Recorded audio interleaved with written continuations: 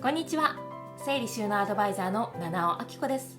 今回は脱物置部屋のために家中の収納を見直したビフォーアフター事例についてご紹介していきたいと思います。このチャンネルでは収納や片付けを中心とした暮らしに役立つ情報を発信していきますので、ぜひチャンネル登録をよろしくお願いします。今回お伺いしたのは 3LDK のマンションに7歳、6歳のお子さん2人と4人家族でお住まいのお客様です。玄関側にある洋室2が物置部屋状態で、こちらを大人の勉強部屋兼将来の子供部屋として使えるようにしたいとご希望でした。こちらのお部屋ですが、実はご訪問前はもっと物が多い状態でした。その状態からご家族総出で物の整理を実行されたそう。その結果、だいぶ不要なものは減ったものの、今度はそれをどう収納すればよいかとお悩みでした。お部屋の中にあるものを見てみると、収納場所がない日用品や飲み物のストックが床置き状態。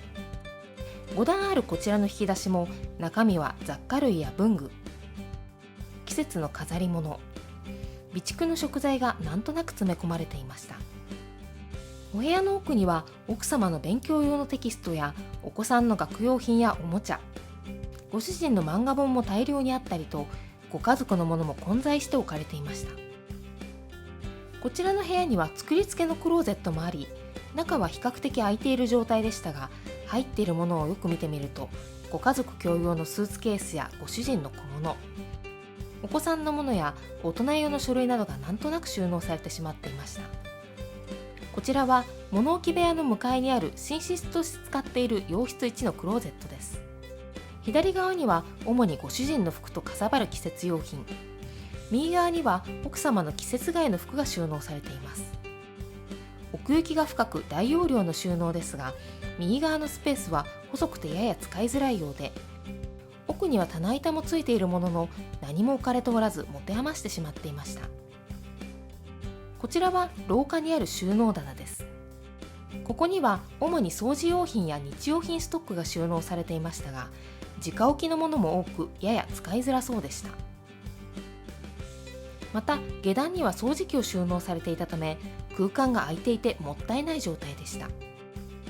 続いてこちらはリビング横にある洋室3のクローゼットです。ここには右2つのゾーンに奥様のオンシーズン服、左にお子さんの服が収納されていましたが、お子さんの普段着る服はリビングにあるそうで、ここにある服は普段着ていない服ばかりだそう。またクローゼットの上段にも衣装ケースが置かれていましたが、取り出しづらいため中に入っているものはほとんど使われていない状態でした。そして最後はリビングの収納棚です。ここにはお子さんの普段使う学用品や使用頻度の高い文具や救急用品などが主に収納されていましたが、空間がなんとなく空いてしまっていて持て余している箇所があったり、救急用品がお手持ちのケースに入りきらずに溢れていたりと、微妙に使いづらそうな状態でした。このような状況を踏まえて、家にある各収納の役割を決めて見直し、物置部屋に置かれているものも行き先を決めて、床置きがない状態を目指して作業をスタートしました。まず各収納の役割を整理して、分類用にこんなカードを準備しました。奥様のものは洋服はリビング横の洋室3クローゼットに全て集約し、勉強道具は物置部屋になっている洋室2のフロアに置くことに。お子さんのものは将来子供部屋として使う洋室2のクローゼットに収納。そしてご家族共用のものは、大きいものは収納力のある洋室1のクローゼットに。そしてストック品は廊下収納へ。ご主人の本などはご主人の服が入っている洋室1のクローゼットの奥に収納することにして、この分類でまずは物を分けていきました。物置部屋の中のものを出していくと、あっという間にリビングの床は物でいっぱいの状態に。お客様ご自身での事前のお片付けでだいぶ物は減らしてくださっていたものの、それでもかなりの量になりました。一通り物を出し終えたら、今度は収納作業です。まずは洋室1にあった奥様の洋服を移動し、スペースを空けてそちらにかさばるご家族共用の季節用品を収納していきます。続いてご主人の本や書類ですが、こちらはほとんど使っていないとのことでしたので、ご主人の服が入っているゾーンの奥に収納しました。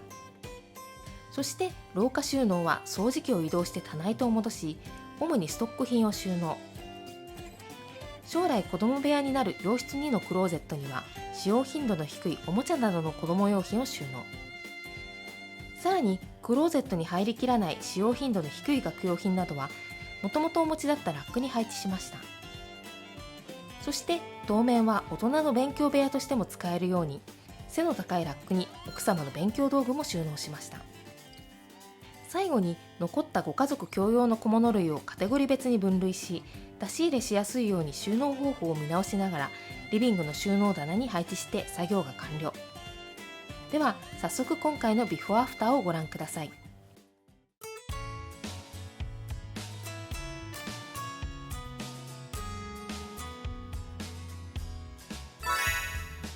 まずは物置部屋状態だった洋室2です。床置きのものがなくなり、かなりすっきりしました。背の高いラックには奥様の勉強道具を収納。勉強部屋として使える状態になったので、ここにはデスクを置く予定だそうです。こちらのラックにはお子さんの使用頻度の低い学用品を集約。将来2段ベッドを置くようになったら、このラックを入り口側に移し、奥様の勉強道具を洋室3に移動する予定です。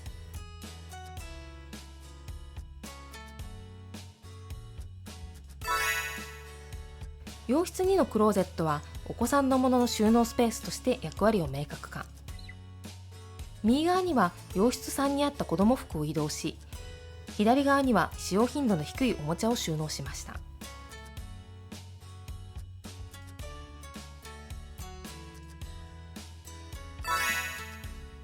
続いては洋室1のクローゼットです。こちらは右側にあった奥様の洋服を移動し、かさばる5月人形やアイロン、カセットコンロや布団乾燥機、ツリーや扇風機を収納。廊下収納にあった掃除機もこちらに移動できました。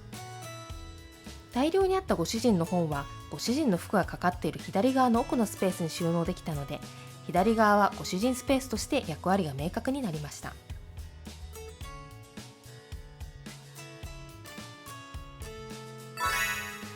続いては廊下収納です。下段にあった掃除機を移動してできたスペースに防災用品や食材のストック、そして物置部屋で場所を取っていた飲み物や日用品ストックが収納できました。上段もケースを使ってスペースを有効活用し、掃除用品や日用品ストックを出し入れしやすく収納しています。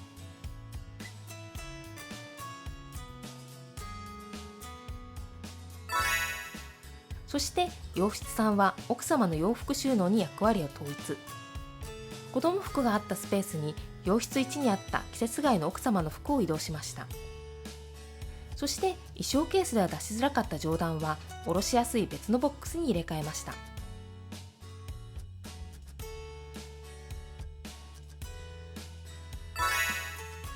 最後はリビング収納です。上段にはご家族共用の書類を収納。その下にあった救急用品は使いづらくて物が外にあふれがちだった小さい引き出しをやめて、出し入れしやすいカゴにざっくり収納しました。文具もキープしやすいようにカゴにざっくり収納。右側は最上段に裁縫道具やカメラ、そしてその下の段にはご主人が帰宅時にバッグを置けるスペースが欲しいとのことでしたので、ご主人ゾーンを作りました。では最後にお客様からいただいたご感想を紹介します。先日はお越しいただきありがとうございました。おかげさまで引っ越しから6年間、ほぼ倉庫にしてしまったスペースがちゃんとした部屋として生き返りました。それだけでなく家族のものがバラバラといろいろなところに置かれておりましたが、その統一にもお知恵をいただき、誰のものがどこのスペースかということを明確にすることができました。家に帰ってきた子どもたちがすぐに気がついて、広いね、すごいねと喜んでおり、ベッドを置くならこうかな、机はこっちかなと楽しそうに話をしていました。不思議と片付けが終わってその空間で暮らしてみると、洗剤はまだあったな、夏服はこれがあるからいらないかと買い物にもそんなに意欲的ではなくなり、余計なものを買わなくなりました。すぐにリバウンドするのではと心配でしたが、家に入れるものが少ないと必然的に部屋に荷物を詰め込む必要もなく、意外にこのまま片付いた家をキープできそうな感じがします。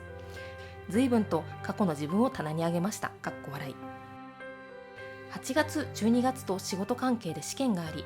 片付いた部屋で勉強できると思うとちょっとやる気も違います。家のこと、仕事、子育て、いろいろと世の中の人は大変だと思いますが、自分も七尾さんのお姿を真似て頑張ってみようと思います。今回は誠にありがとうございました。勉強のやる気アップにもつながり、お子さんにも喜んでいただけたようで、私もとても嬉しく思います。